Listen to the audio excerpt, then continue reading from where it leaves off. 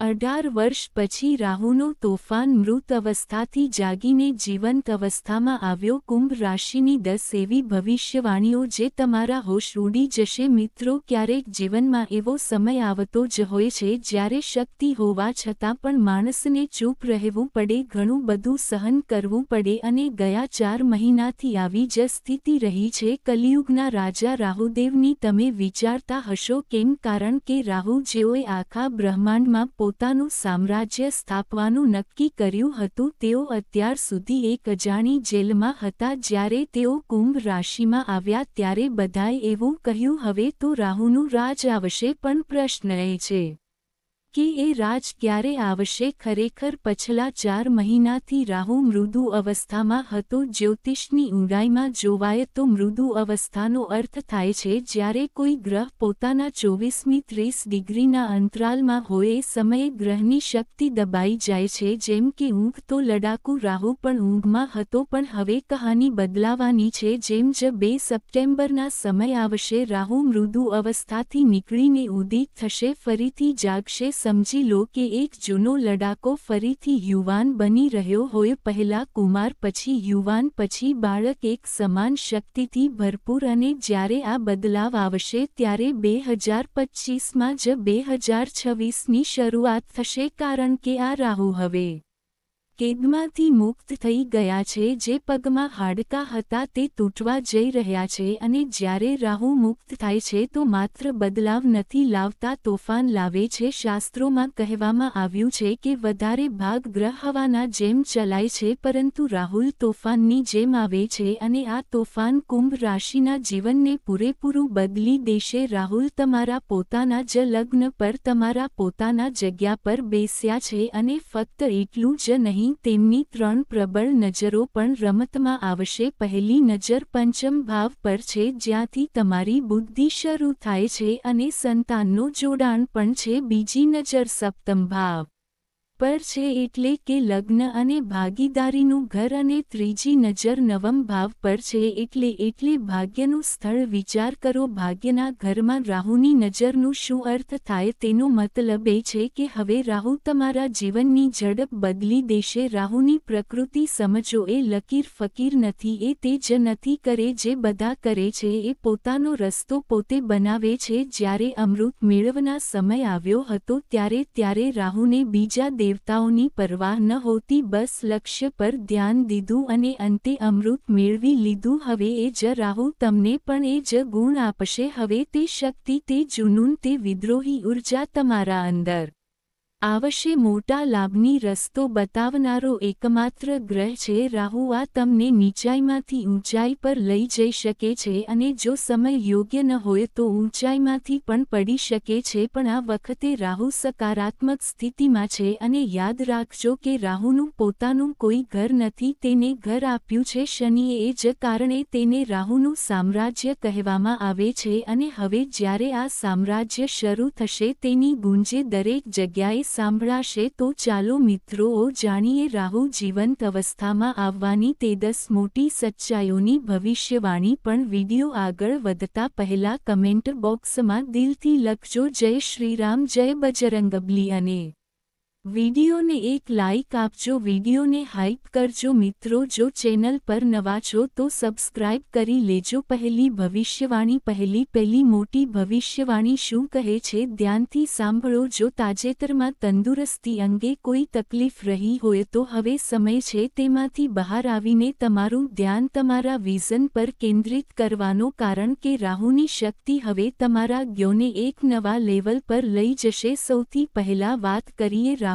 પહેલી નજરની, જે તમારા પંચમ ભાવ પર પડી રહી છે। યાદ રાખજો, રાહુ પોતે શેર માર્કેટ છે ગ્રહ માનવામાં આવે છે, અને પંચમ ભાવ પણ શેર માર્કેટ, રોકાણ અને સટ્ટા સાથે જોડાયેલો હોય છે આવા પરિસ્થિતિમાં આ દ્રષ્ટિ એ વાતનો સંકેત છે કે જો તમે સ્ટોક માર્કેટ ટ્રેડિંગ કે કોઈપણ પ્રકારના રોકાણમાં જોડાયેલા છો તો આવનાર સમયે તમારા માટે મોટા નફાનો દરવાજો ખોલી શકે છે. ફક્ત એટલું જ નહીં, પંચમ ભાવ કલા, ક્રિએટિવિટી અને બુદ્ધિમત્તાનું પણ પ્રતીક છે. જો તમે કોઈ કલાત્મક કાર્ય, ડિઝાઇનિંગ, કન્ટેન્ટ ક્રિએશન કે ઓનલાઇન પ્લેટફોર્મ પર કામ કરી રહ્યા છો તો રાહુની આ દ્રષ્ટિ તમને અભૂતપૂર્વ સફળતા આપી શકે છે. આ સમયે તમને ભીડમાંથી અલગ ઊભા કરી શકે છે. હવે વાત કરીએ સંતાનની સંબંધિત મામલાઓની. પાંચમ ભવન સંતાન માટે પણ હોય છે. આ સમયે સંતાન માટે શુભ અવસર બનશે. તેમની કરિયર કે કોઈ મોટા ધંધેમાં સકારાત્મક પ્રગતિ જોવા મળશે. રાહુની આ નજર સંતાનને શિક્ષા કે નોકરી માટે કોઈ દૂરનું સ્થાન જવાનું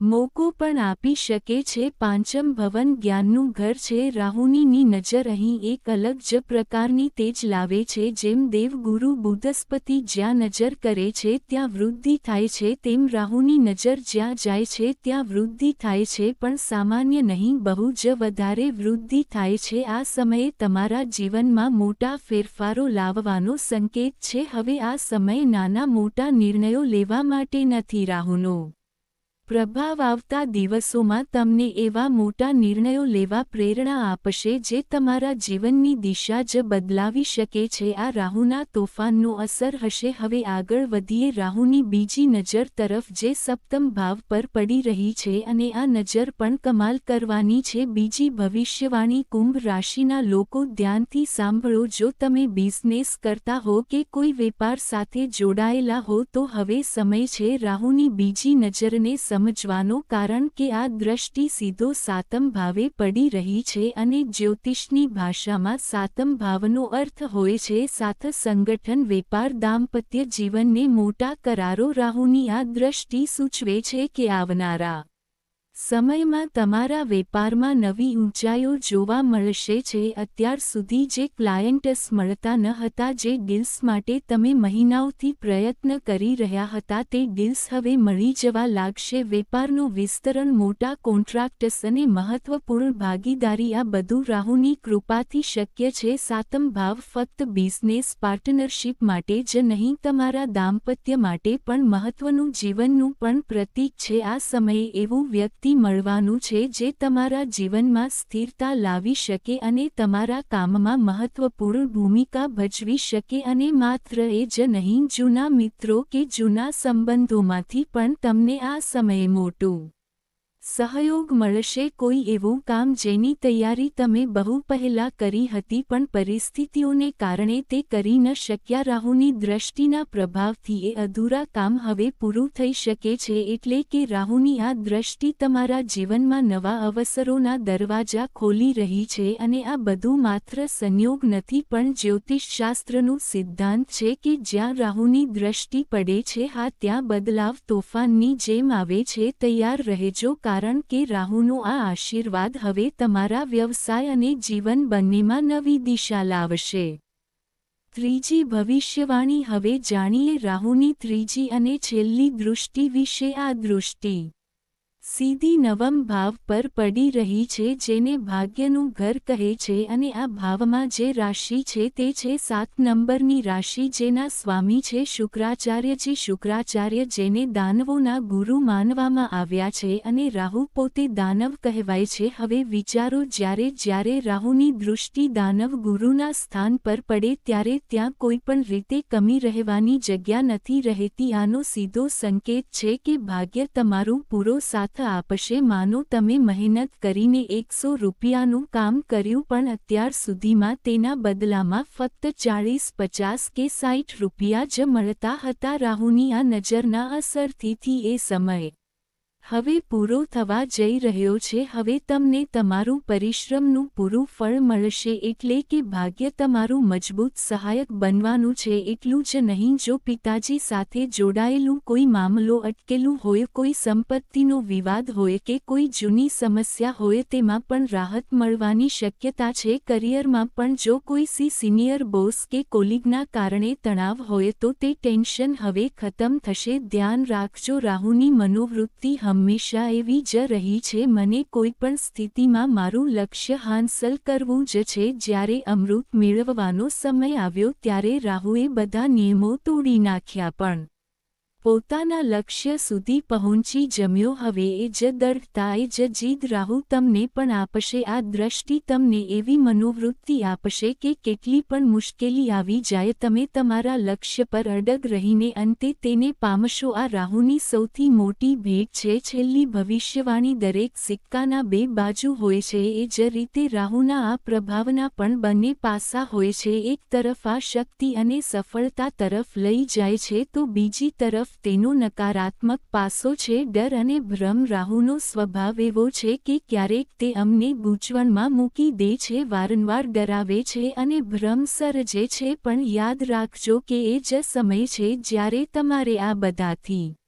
ઉપર ઉઠવું પડશે, પોતાને એક સકારાત્મક ઉર્જા સાથે ભરવું પડશે, એવી જ વિચારશૈલી રાખવી પડશે જે તમને તમારા લક્ષ્ય સુધી લઈ જાય. રાહુએ પણ તે જ કર્યું હતું. જ્યારે અમૃત મેળવવાનો સમય આવ્યો ત્યારે તેણે પહેલાં પોતાનું લક્ષ્ય નિશ્ચિત કર્યું, પછી દરેક પરિસ્થિતિમાં તે લક્ષ્ય તરફ પગલાં વધાર્યો. પરિણામે તેણે અમૃતનો પાન કરી લીધો, પરંતુ તેના માટે તેને ભારે કિંમતો ચૂકવવી પડી. નો મથક અલગ થઈ ગઈ. ઉપરનો ભાગ રાહુ બની ગયો, નીચેનો ભાગ કેતુ બની ગયો. જ્યારે તે ભગવાન મહાદેવ પાસે પહોંચ્યો ત્યારે ભોળેનાથે કહ્યું, રાહુ, હું તને મારા મુંડમાલમાં સ્થાન આપું છું. એટલે શાસ્ત્રોમાં કહેવામાં આવ્યું છે, મુંડ રચતી પન્નગમ ઉપવીતમ વામ વિભાગ ગિરજા રૂપમ અતિ લલિતમ. ભગવાન વિષ્ણુએ પણ રાહુને આશીર્વાદ આપતા કહ્યું, સતયુગમાં તારો સમય નહીં હોય, પરંતુ જ્યારે કલિયુગ આવશે ત્યારે તું આ યુગનો રાજા કહેવાશે. અને આજે આપણે કલિયુગમાં છીએ, તેથી રાહુનો પ્રભાવ સૌથી વધુ છે. ખાસ કરીને હવે જ્યારે 18 વર્ષ પછી રાહુ ફરીથી પોતાની જ રાશિ કુંભમાં આવ્યો છે, આ સમય અનોખો છે. તમારું હવે કોઈ બંધન નથી, મેદાન ખુલ્લો છે, બોલ તમારા સામે છે અને બેટ તમારા હાથમાં છે. હવે આ તમારું છે કે તમે કેટલી દમદાર હિટ મારશો અને તમારું જીવન ક્યાં